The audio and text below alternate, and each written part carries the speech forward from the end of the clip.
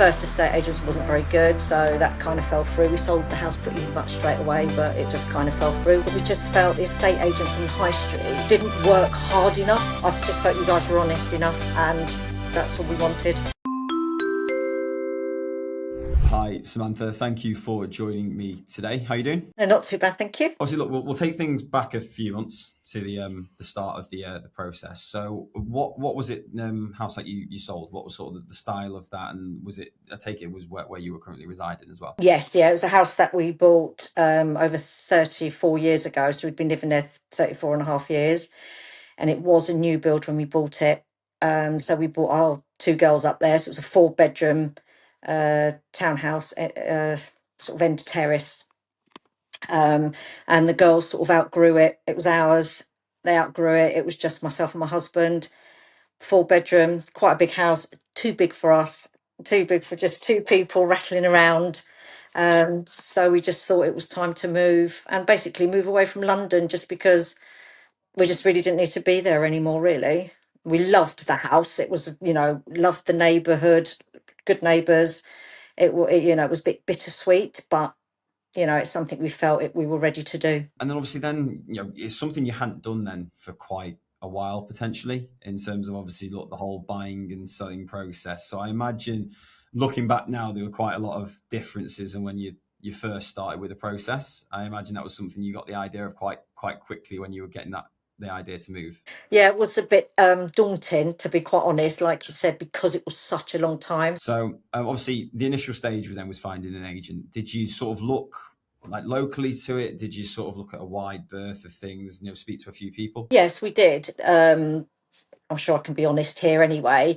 We did use high street estate agents to start off with, because that's all we knew. Do you know what I mean? And that's all I think anybody knows. Yeah.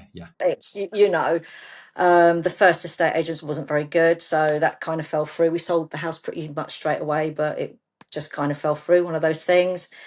And we decided to stay on high street. They were better, but that fell through again. And we just felt, I don't know what it was, but we just felt the estate agents on the high street didn't work hard enough. That was my opinion, and that was my husband's opinion, to be honest. And then we thought, look, what can we do? And I was searching for a few days, and Springbok came up a couple of times, to be honest, and I was checking like your reviews and things like that, because again, we needed to be sure.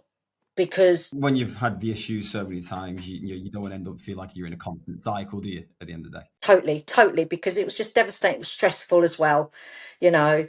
And then when I did call and spoke to, I can't remember who I spoke to be honest. But anyway, I can't remember who I spoke to. But they explained how you kind of worked, and I think it was Jacob, actually. It might have been Jacob, somebody called Jacob, I think I spoke to. Jacob, one of our values, yeah. Yeah, he explained it all, and went through it all, asked us if we were happy with it, how the process ran. Obviously we're a bit nervous, but something felt right, so we said yes. It was the best thing. I can't, honestly, I can't lie, because what we went through, I can't lie. It was the best thing we ever did, going with you guys. Was there anything sort of that stood out in that sort of process that gave you a little bit more peace of mind, or was it more just as a collective? Just as a collective, really, and just explaining how your company worked, and just the reassurance, because I just said, because I explained what we went through, and it's just something I just didn't want to go through again. So it was just a collective of everything, really, to be quite honest, and reassured us, when we sign something, that it's tight, and people will keep in touch with us, a negotiator will keep in touch with us, and things like that. Honestly, it was just, I couldn't get used to it, because we were always kept up to date, and what I also liked was the honesty. Yeah. Because we felt no one was being honest in the past, and that's all I wanted was honesty. And the negotiator, he was great, and he always said, I'm always on the other end of the line, always call me when you want, don't worry about it, just leave me a message. If I'm not there, I will get back to you. And he always did. I think then having that sort of direct line to a specific negotiator who's dealing with the house, rather than calling up an office and finding out that the person you spoke to last time's out of the office, or now let me check the notes. I think having that one person who knows already where it is up to, is primarily dealing with it, then that was a bit of a change, but for the better. 100%, without a shadow of a doubt. Just dealing with that one person all the time was much better. We were nervous, obviously, but I tell you something, I don't know if I can mention names. Can I mention names? I don't. Yeah, Abby, who dealt with us after the negotiated with the.